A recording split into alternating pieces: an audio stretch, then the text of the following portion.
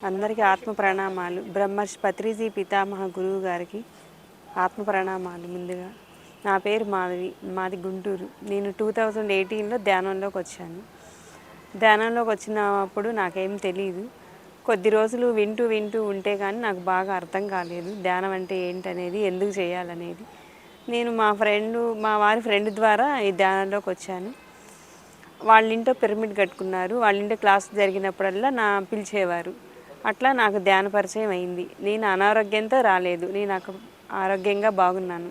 10 రోజుల తర్వాత నాకు ధ్యానం చేస్తుంటే పిచ్చి పిచ్చి ఆలోచనలన్నీ వస్తుంటే నాకు పిచ్చి పిచ్చి ఆలోచనలన్నీ వస్తున్నాయి.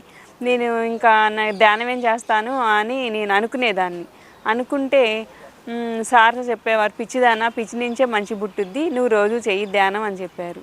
సరే, అలాగే చేస్తూ ఉన్న క్రమంలో ఈ మధ్యకాలంలో నేను ఎన్ని రోజుల నుంచి ధ్యానం చేస్తున్నానని నాకేం తెలియట్లేదని ఒక రోజంతా మదన పడితే మొదటిసారిగా నా అంతర్వాణి చెప్పింది, నువ్వు రోజు ధ్యానం చేస్తూ ఉండు, నీకు అదే తెలుస్తూ ఉంటుంది అని చెప్పినని. అలాగే చేస్తూ ఉన్నాను. రోజుకు 2 గంటలు 3 గంటలు నాకు వీలైనప్పుడల్లా చేస్తుంటాను. కానీ ధ్యానంలోకి వచ్చిన తర్వాత ప్రతి విషయానికి చికాకు, కొంచెం కోపము, ఇంట్లో వాళ్ళ మీద అరవటం, అలా అన్నీ ఉండేవి మనసులో. కానీ పైకి అనంది కానీ మనసులో ఉండేది. ఈ ధ్యానంలోకి వచ్చిన తర్వాత అవన్నీ పోగొట్టుకున్నాను. చాలా ప్రశాంతమైన జీవితం, చాలా ఆనందంగా జీవిస్తున్నాను.